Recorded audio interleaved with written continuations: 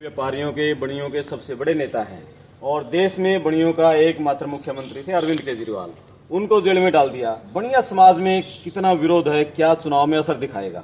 ये बनिया की बात नहीं, व्यापारी वर्ग के अंदर हाँ बहुत भारी विरोध है जी। जो जाति की है चुनाव आचार संहिता के समय और बिना जी कोई प्रूफ के उनको जेल में डाले गया है जी।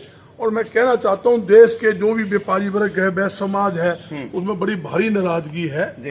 और वोट की चोट से जी भारतीय जनता पार्टी से वैश्य समाज बदला लेगा, इसमें कोई जोर नहीं। और केजरीवाल की पार्टी के एकमात्र प्रत्याशी कुरुक्षेत्र में है और उनके खिलाफ फिर कांग्रेस से लेकर आए गए नवीन जिंदल, तो दोनों बनियों को आपस में भिड़ा गया। इसका क्या असर होगा? जो सारी दुनिया जानती है जी।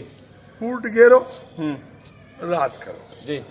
भाई को भाई से लड़ाने वाली पार्टी भारतीय जनता पार्टी, हिंदू मुसलमान करने वाली भारतीय जनता पार्टी, मंदिर मस्जिद करने वाली भारतीय जनता पार्टी, हरियाणा में जाट नॉन जाट की राजनीति करने वाली भारतीय जनता पार्टी। और इसलिए भाई को भाई से लड़ाई जाए। ये बनिया नवीन जिंदल के साथ है, सुशील गुप्ता के साथ। सुनिए जी।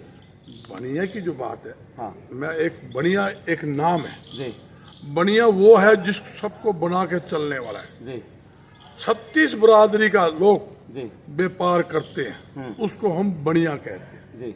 हम सबको साथ लेकर चलते हैं, तो मौका बिठाएगा। आज कैंडिडेट की बात नहीं है, आज सत्य असत्य की लड़ाई है। जी। आज भारतीय जनता पार्टी की तानाशाही के खिलाफ लड़ाई देश के अंदर है और भट्ट सरकार को उखाड़ने की भारतीय जनता पार्टी के खिलाफ देश की जनता खड़ी।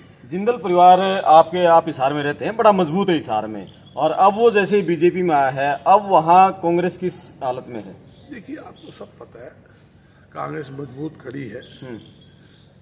मतलब जहाँ जिंदल परिवार की बात कही, जी हमारा उनसे पारिवारिक संबंध है, मेरे रिश्तेदार सब हम एक हैं। जी। कोई राजनीतिक पार्टी से उल्ट पुलट करने से कोई फर्क नहीं पड़ा करता।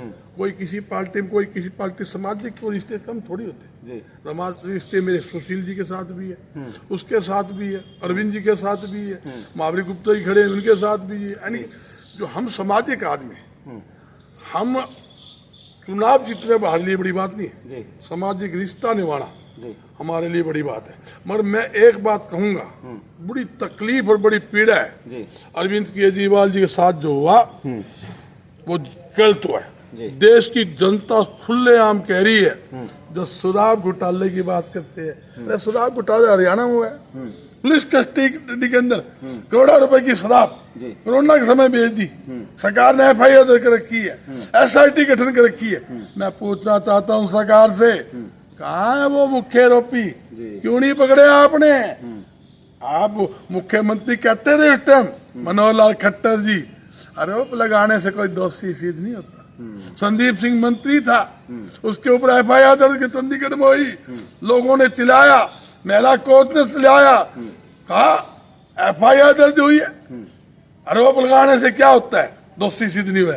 मैं ये पूछना चाहता हूँ अरविंद केजरीवाल दोषी सिद्ध हो गए क्या? आपने पकड़ के जेल में ठोक दिया, वो संदीप सिंह को क्यों नहीं ठोका? बिल्कुल। जो शराब घोटाले के अंदर हरियाणा के अंदर करोड़ों रुपया शराब घोटाला करके उनको नहीं ठोका आपने। कोरोना के अंदर जनता मर रही थी, अरबों रुपए की बेनामी रजिस्ट्री होगी, उनको नहीं पकड़ा आपने। खनन घोटाले के अंदर दुनिया मर गई, मजदूर मर गए, अरबों रुपए घोटाला हुआ, आपने उनको नहीं पकड़ा। आपके सामने धान घोटाला हरियाणा में हुआ, FIR दर्ज, SIT गठन, 3 साल हो गए, आज तक मुख्य आरोपी नहीं पकड़ा। ये तो वो सरकार है। अच्छा, एक हरियाणा में ये बताओ, जैसे अब खट्टर को बदला गया था और नायब सैनिक को उनकी जगह बनाया है, इसको क्या मानते हैं? इसका क्या असर पड़ेगा अब लोकसभा चुनाव में? असर तो पड़ गया ना जी। भारतीय जनता पार्टी ने चुनाव से पहले ही हार मानी।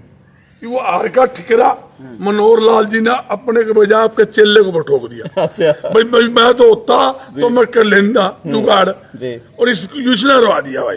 वो तो हार की बुराई उसके सैनी साहब के ऊपर ठोकने का काम उसने किया है। भारतीय जनता पार्टी के हाईकमान ने पता लग गया था, जुगड़ा साफ है हरियाणा में। कितनी सीटें जीत रहे हो फिर आप? 10 की 10 गठबंधन। हमारे दुकान में सौदा भरा पड़ा है, उनकी दुकान खाली है, खाली डब्बे लिए बैठे। 6 कैंडिडेट तो हमारे जी। कांग्रेस के उधारे मांगे हुए लोकसभा में प्रत्याशी उतारे, उनके पास प्रत्याशी नहीं, किस चीज चुनाव लड़ेंगे? भला भी सबकी सबसे बड़ी पार्टी कैंडिडेट है नहीं, कांग्रेस के उधारे मांगे फिर वो चुनाव लड़ेंगे? अरे वो तो तुम क्या करो, दुनिया देखे लोग गामा में घुसने कंदे लठले खड़ी है, गामा कौन घुसंदा? बोला क्यों नहीं घुसंदा? बोला तुमने दिल्ली कौन डाल दिया, हम मानता ने गामा कौन डालना? बिल्कुल रात के अंधेरा में खेतों में चुप चुप के भागे, रैली करांगे, जनसभा करेंगे, मंडी में जनसभा करे, कुर्सी लगावांगे, 2000 1500 खाली पावे। अच्छा, आपका हिसार ही तो इसका गढ़ था दुष्यंत का, हिसार वाले लोगों ने उसको गांव से भगान लग रहे हैं। 4 सीट दी थी हिसार जिले ने तो। की पाल पूछ लो, लोके का व्यापार पियो साथ मिल गया जी, तो मलाई खा गया, 4.5 साल तक मलाई खाई है, धोखा खिया है, गद्दार पार्टी के साथ मिलकर मलाई खाने वास्ते किसानों के साथ धोखा किया। 750 किसान शहीद हो गए। ये क्या कहते थे? आतंकवादी किसान कहते थे, खालिस्तानी किसान, देशद्रोही किसान। आज वही लठली खड़े भाई, बताओ हम हाँ देश के सच्चे सिपाही किसानों के, किसान देश का अन्नदाता है, किसान का बेटा बॉर्डर पर लड़ता है, देश के लिए जान देता है। ये शहीदों के नाम कर वोट मांगते हैं, उनके ऊपर लाश के ऊपर राजनीति करते हैं, ये तकलीफ लोगों को। अच्छा, आप हिसार में हैं और हिसार से जो बीजेपी के प्रत्याशी हैं रणजीत सिंह चौटाला, बिना आग तो धुआं उठता नहीं, उनको बदलने की जो चर्चाएं हैं, कुछ न कुछ तो बात होगी कि क्या कमजोर कैंडिडेट है या क्यों इस तरह की अफवाहें या चर्चाएं हैं? वही बात होगी। मनोहर लाल जी को हटा दिया, सैनी साहब ले आया, आर का टिकड़ा उसके ऊपर ठोक देंगे, इसको बदल दो, तीसरा लिया हो, चौथा लिया हो, जो भी कैंडिडेट कांग्रेस का था और कोई ले आई हो, सबका टुकड़ा साफ है। हिसार के प्रत्याशी हाल पता आपने, गांव में उसने घुसन देनी बेचारे ने, वो खुद ही दुखा हो रहा है। अशोक तंवर फिर है, उसकी घुसन देनी लठले के पीछे पड़ रहे हैं, खेता भागने पड़े। जहां तक कि मुख्यमंत्री की रैली के अंदर मुख्यमंत्री गांव में जाए, मुख्यमंत्री का विरोध हो रहा है, काले झंडे आपके सामने। भाई के कहा हालात खराब है, जम्मा कसुत्ते हालात खराब है। चलो, आपके हिसार लोकसभा में कुलदीप बिश्नोई, कैप्टन अभिमन्यु, दो नेता बड़े नाराज हैं और दोनों टिकट के दावेदार थे हिसार से। क्या असर पड़ेगा इसका, आपको क्या लग रहा है हिसार का आकलन?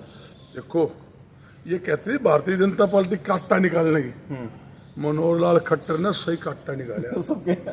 आप भी समझो, लड़के था अभिमन्यु मनोहर लाल के, उसको काट्टा निकालवाने वास्ते जो उसे खेला है, रंजीत को टिकट दिवाई, वो तो बेचारा लड्डू बांट रही थी, रोज जलसे का, मेरी टिकट पक्की है।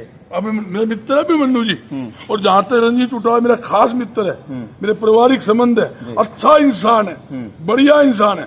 मगर भाई पार्टी की टिकट गलत लिया करा के है, इंसान बड़ी हो है, टिकट गलत लिया हो तो टुकड़ा साफ। कब तक ये सीटें डिक्लेयर हो रही है कांग्रेस की? हमारी टिकटें 9 तारीख 9 तारीख का हमारी उम्मीद है, 9 तारीख को सारी टिकटें आ जाएगी।